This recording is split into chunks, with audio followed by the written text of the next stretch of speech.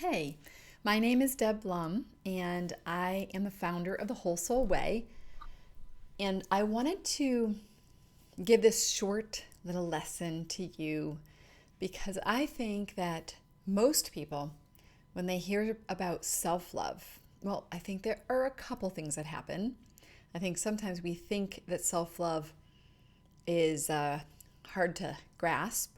But I want to talk today about that I think self love is less of something that we do and more of a change in the way that we actually show up in life. So it's not another thing we add to our to do list.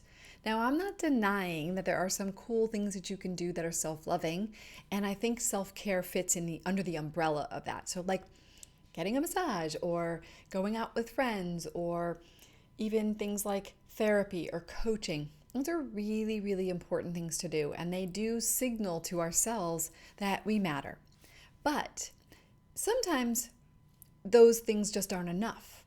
And what I think we need to do is get in the habit of self love being something we do every single day, all the time. So let me tell you what I mean.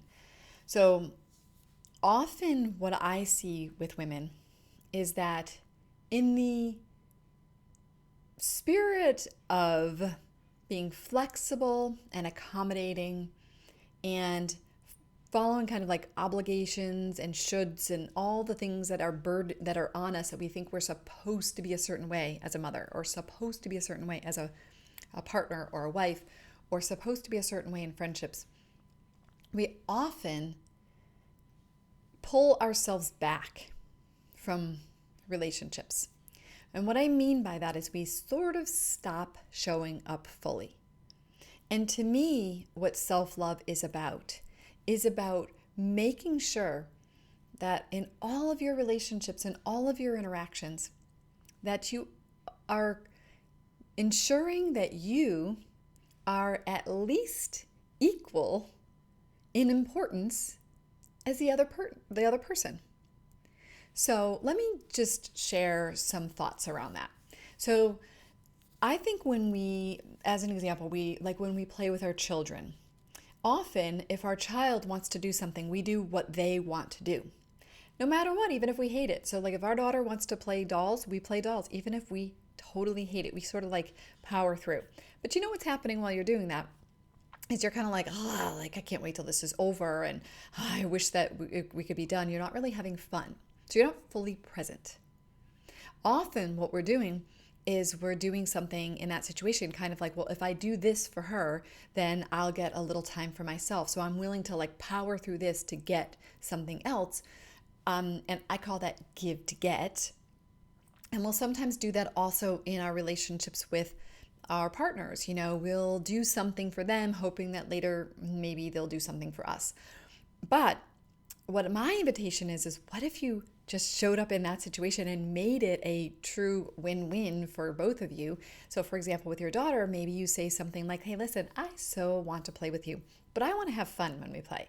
And so I don't really like playing dolls. So what if we could come up with something that we both like? Now, to me, that is the absolute pinnacle of self-love, because what we are doing is we are bringing ourselves fully into our lives, and we're making sure that we matter by actually showing up. So there's a way that we think that being flexible is so generous and kind, right? That we're going to be accommodating, we don't really care. But like one of the things I see that happens for women is that we start down this path of being flexible and accommodating, and then at some point we're kind of like a little resentful about it. It's like reached too many times of being flexible and accommodating, and we sometimes wonder, why are we so flexible and accommodating? And I think it's like habits, it's conditioning, all sorts of things that are happening. And my invitation is for you to begin to think of yourself as someone who matters, that people actually want you to show up. I actually believe that it is not good for your daughter, for you, to do something you don't want to do just to like what, like self-sacrifice in a bid to make her life better or something. I don't actually think that's good for her. Not just because I think it's bad role modeling, but I also think it's just not good energetically.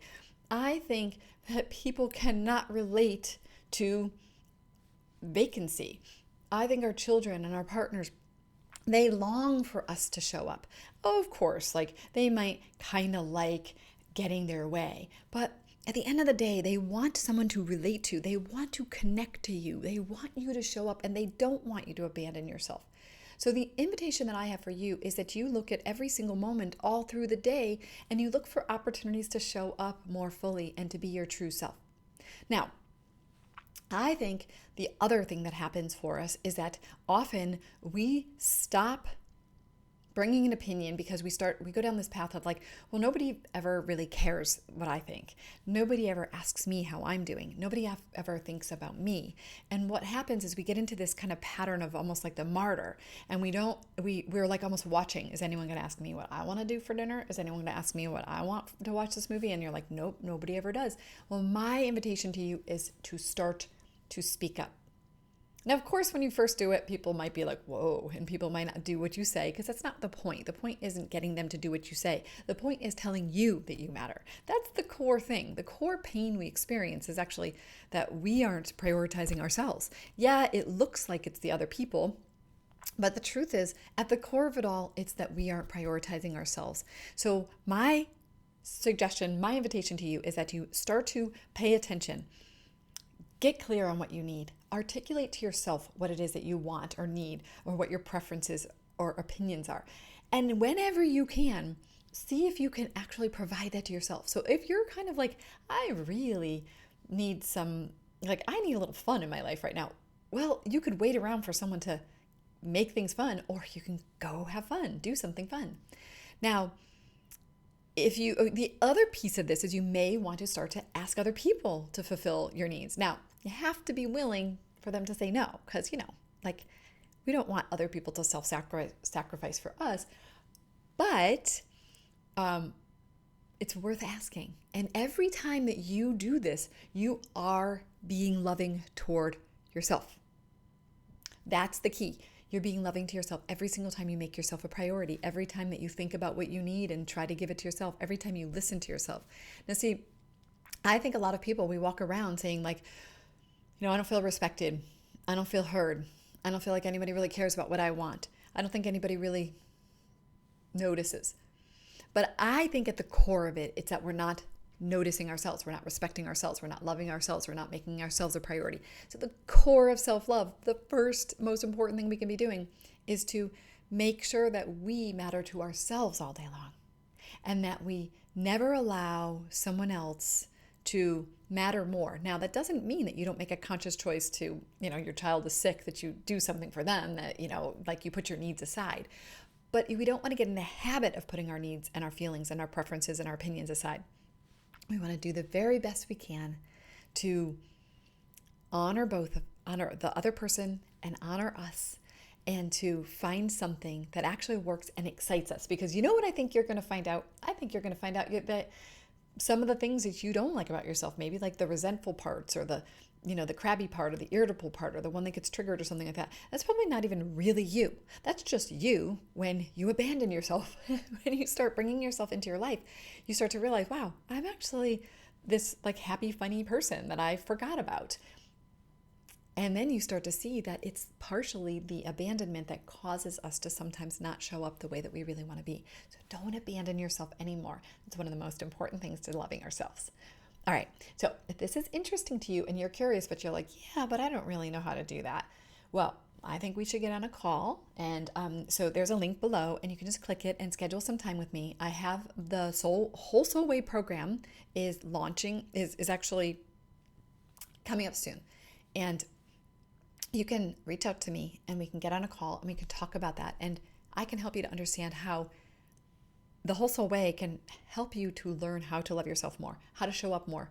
Because you may be saying to yourself, I really want to do that, but that sounds really scary. Like, I'm afraid people are going to be upset with me, or I'm afraid that I'm going to, disappoint people, or I don't even know what my preferences are. I don't even know what I like. I'm just afraid of that stuff. I don't do this because I'm scared. And, I get it. The Whole Soul Way is exactly designed to help us to be able to work through those fears so that we could show up more fully. So get on a call with me and we could talk more about it.